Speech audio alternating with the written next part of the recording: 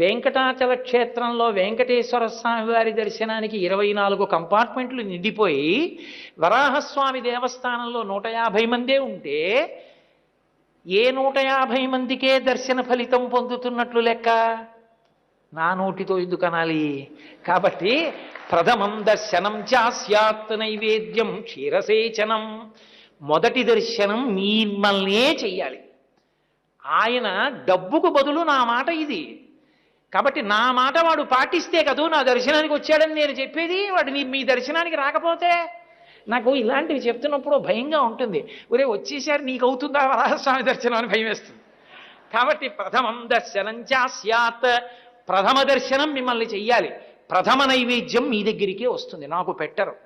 క్షీరసేచనం, పాలు పెట్టినప్పుడు మొట్టమొదట మీకే పెడతారు. ఇదే ఇదం వరం ద్రవ్యం దదామి, ఈ వరాన్ని ఈ మాటని ద్రవ్యంగా స్వీకరించండి, స్వీకరించి నాకు ఉండడానికి స్థలం ఇవ్వండి అన్నారు. అంటే ఇప్పుడు వెంకటేశ్వర స్వామి వారిది కాదు ఆ స్థలం, వరాహస్వామి వారిది.